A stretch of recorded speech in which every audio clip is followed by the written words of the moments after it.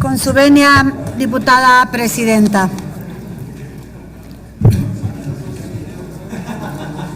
Las leyes se han hecho para el bien de los ciudadanos. Cicerón, escritor, orador y político romano. El día de hoy, compañeras y compañeros integrantes de la Comisión Permanente, vengo a presentar ante ustedes 3 iniciativas, 2 de las cuales tienen que ver con una reforma a la Ley Federal del Trabajo y la tercera de ellas, una iniciativa que reforma la Ley Federal de Derechos. La primera iniciativa que hoy estamos presentando ante ustedes pretende llenar un vacío existente dentro del artículo 950 de la Ley Federal del Trabajo y que tiene que ver o es respecto al laudo, y el laudo, como muchos sabemos, es la resolución de un juicio laboral. En otras materias son las sentencias, en materia laboral se denomina, de acuerdo a la ley, laudo. Según el artículo 945, los laudos deben cumplirse dentro de los 15 días siguientes al día en que surte efecto la notificación y que las partes puedan convenir en las modalidades de su cumplimiento. Esto es lo que dice la ley, pero todos sabemos que en la práctica, una vez que se emite un laudo, pues hay lo que le dicen en el argot de los abogados, pues una serie de chicanas o solicitud de escritos que hacen que esto sea más largo y que muchas veces para los trabajadores esta dilación realmente les causa un gran perjuicio.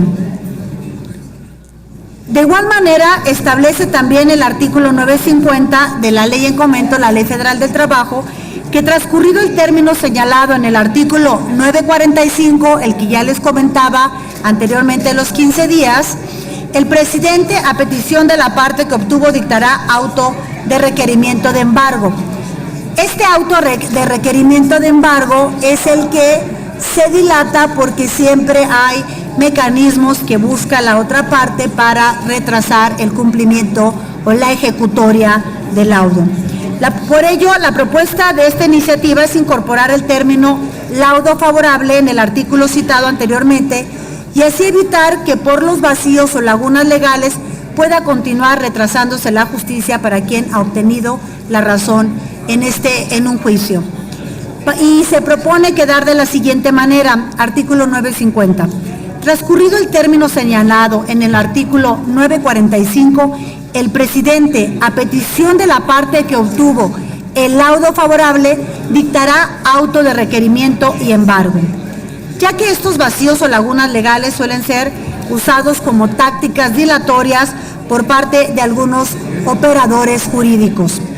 Y la segunda iniciativa que estamos presentando hoy ante ustedes, al igual que la otra, pues es una reforma a la Ley Federal del Trabajo y en este caso es en materia de trabajo doméstico infantil. Y uno de los asuntos de atención prioritaria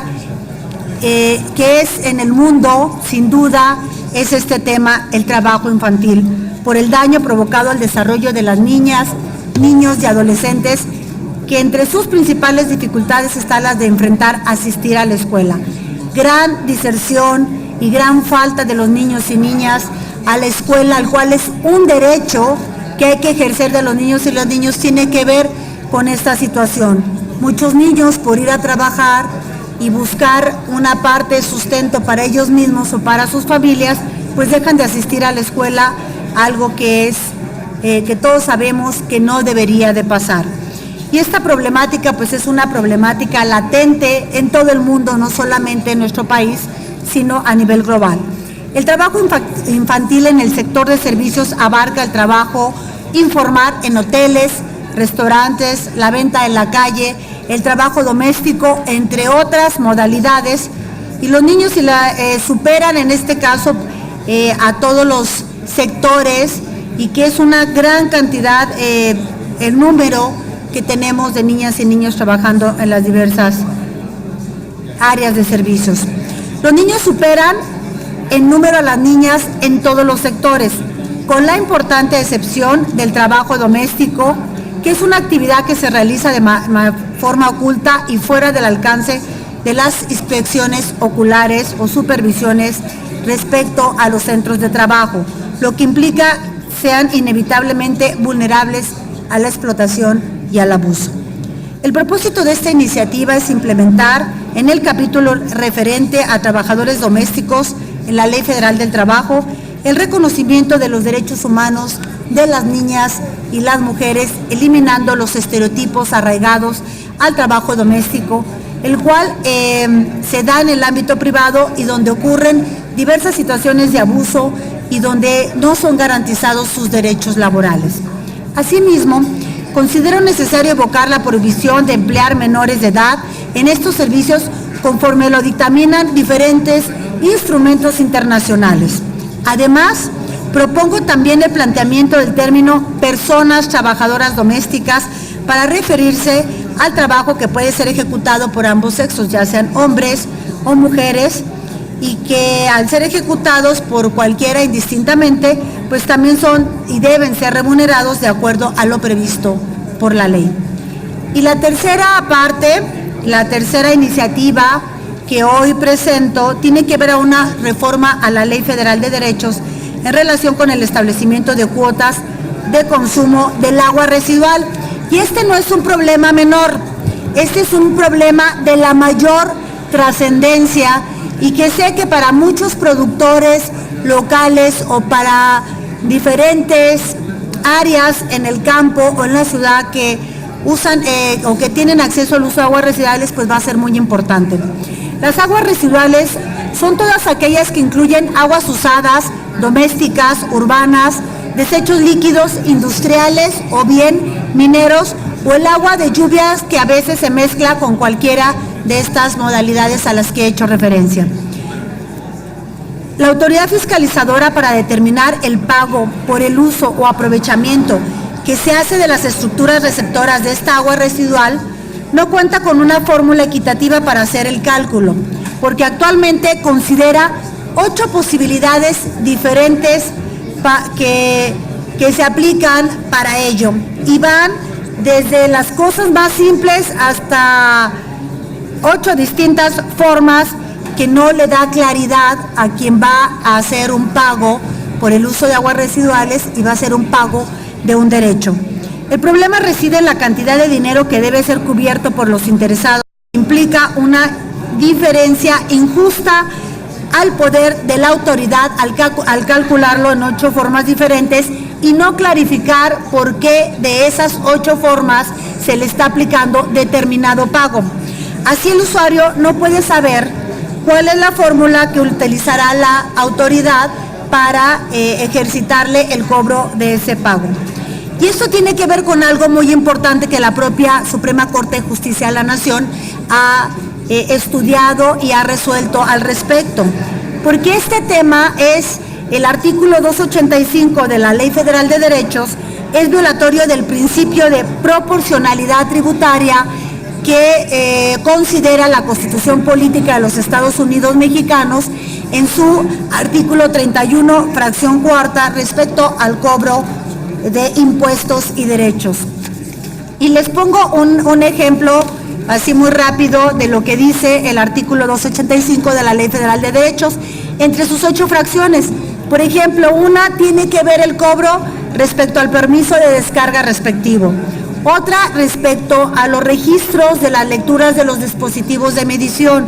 Otra, el que se proporcionen las autoridades administrativas fiscales, así nada más. Otro, el señalado en el título de asignación, concesión, autorización y permiso, que los títulos jamás señalan un cobro específico.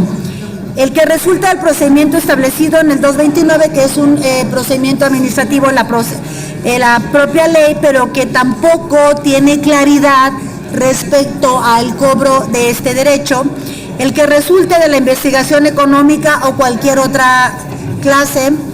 Otro dice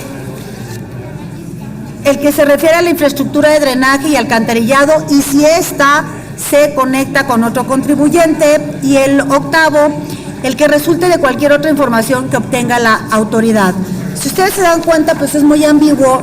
y nunca sabrá el usuario exactamente cuál fue la razón por la que la autoridad le está aplicando ese cobro que pues es a todas luces violatorio del principio de proporcionalidad tributaria, que es un principio constitucional.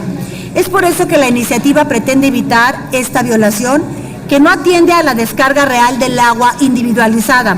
sino que le impone un pago sobre el volumen de líquido calculado a ojo de buen cubero, o yo diría a como le da la gana a la autoridad, sin ser medido. Por eso es necesario derogar estos 8 procedimientos señalados y establecer un procedimiento único atendiendo al consumo respecto de la utilización de los receptores del agua residual, y que esto sería lo adecuado. Yo creo que esta iniciativa dará certeza y garantizará el principio de proporcionalidad tributaria que contempla la propia Constitución en nuestro artículo 31, fracción cuarta, y que dará certeza a los usuarios de aguas residuales de pagar un derecho que corresponde realmente al volumen y al tipo de agua que usa. Por eso considero que esta es una iniciativa importante, que la propia Suprema Corte de Justicia de la Nación ha hecho ya estudios al respecto y ha considerado la injusticia y la falta de proporcionalidad y equidad tributaria respecto a este artículo 285 de la Ley Federal de Derechos. Por eso yo espero que sea una iniciativa importante para las comisiones que en el Congreso de la Unión siguen trabajando. Por su atención es cuanto, Presidenta.